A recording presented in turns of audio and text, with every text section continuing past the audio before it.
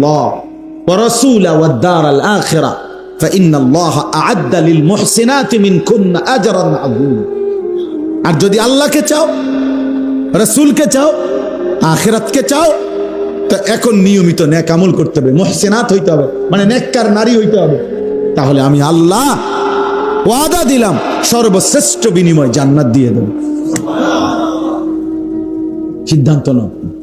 দুনিয়া চাইলে রাসূল ছেড়ে দাও, আল্লাহ রাসূল আখিরাত চাইলে দুনিয়া ছেড়ে।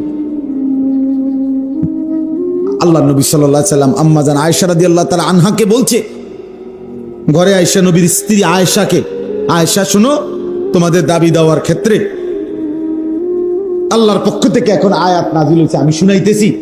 তবে ভূমিকা বলছে নবী একটা, যে আয়াতটা বলার আগে আগে শোনো, তৎক্ষণাৎ জবাব দিও না।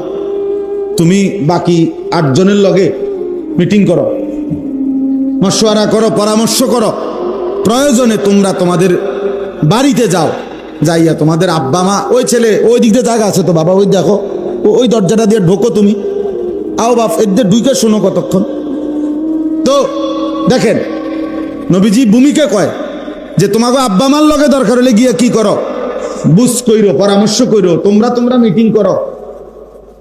তো এরপরে উত্তর দিলে চলবে, নগদ উত্তর দিও না। আয়েশা রাদিয়াল্লাহু তাআলা আনহা বুঝছে ঘটনা ভালো না, মনে আর বুঝুন তো, যা বুঝার বুঝাই লাইছে যে লক্ষণ বালা না, যে এমনি গুছাইতে আছে। তো বলতেছে, ইয়া রাসূলুল্লাহ, কারে কারে জিগামু এটা পরে, আগে আয়াত বলেন, মানে আল্লাহ কি নাজিল করছে এটা না আগে কইবেন। পরামর্শ তো কার লগে করবে সেটা আমি বুঝমু, আপনি আগে বলেন কি ঘটনা, কি আয়াতে না কইবেন আগে। তো নবীজি বলছে, আল্লাহ এই আয়াত নাজিল করছে, দুনিয়া চাইলে নাও, রাসূলকে ছেড়ে দাও। আখিরাত চাইলে আল্লাহকে, চাইলে রাসূলকে, চাইলে অপেক্ষা করো, আখিরাত মিলবে, আজরে আজিম মিলবে, জান্নাত মিলবে।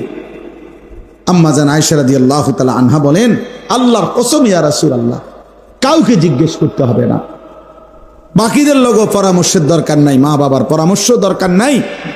যদি আপনাকে হারাইতে হয়, দুনিয়া যদি আমি 100বারও পাই, আমি এমন দুনিয়া চাই না।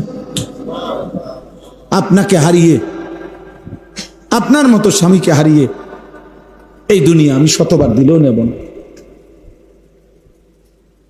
প্রত্যাখ্যান করছে যে আরে না, বলেন কি, বলছিলাম একটা আবদার, কিন্তু তার মানে আপনাকে হারাবো। আসসালামু আলাইকুম প্রিয় দিনী বন্ধুরা, আনিসুর রহমান আশরাফি হুজুরের ওয়াজ যদি আপনাদের ভালো লাগে অবশ্যই চ্যানেলটি সাবস্ক্রাইব করবেন। ধন্যবাদ।